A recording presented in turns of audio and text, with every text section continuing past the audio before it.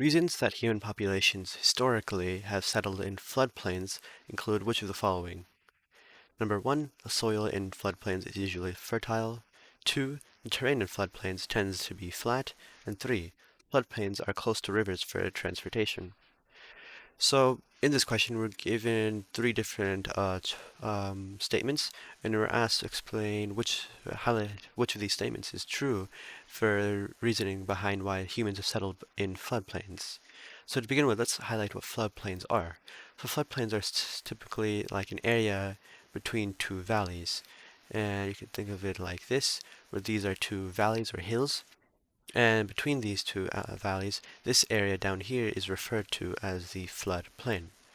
And we're told that this is the area where humans typically or historically have settled in.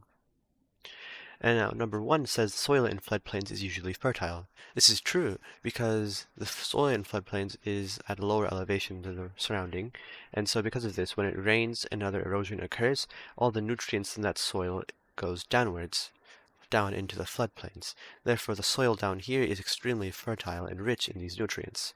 So number 1 is true. The soil in floodplains is usually fertile. 2. The terrain in floodplains tends to be flat. This is true, too, because floodplains are typically located between two valleys, and in this area the terrain is flat, like in this diagram. So 2 is also correct. 3. The floodplains are close to rivers for transpiration. This is true because when erosion happens and nutrients are going downwards into these floodplains, typically water also goes downwards too, and this means that rivers are usually located along or in these floodplains. Therefore, humans settle in these rivers or near in these floodplains as well because they're located close to rivers, which is good for transportation. So 3 is also correct.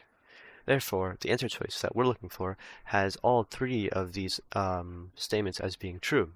And if you look through the answer choices, we can see that E has 1, 2, and 3 as true statements. So E is the correct answer.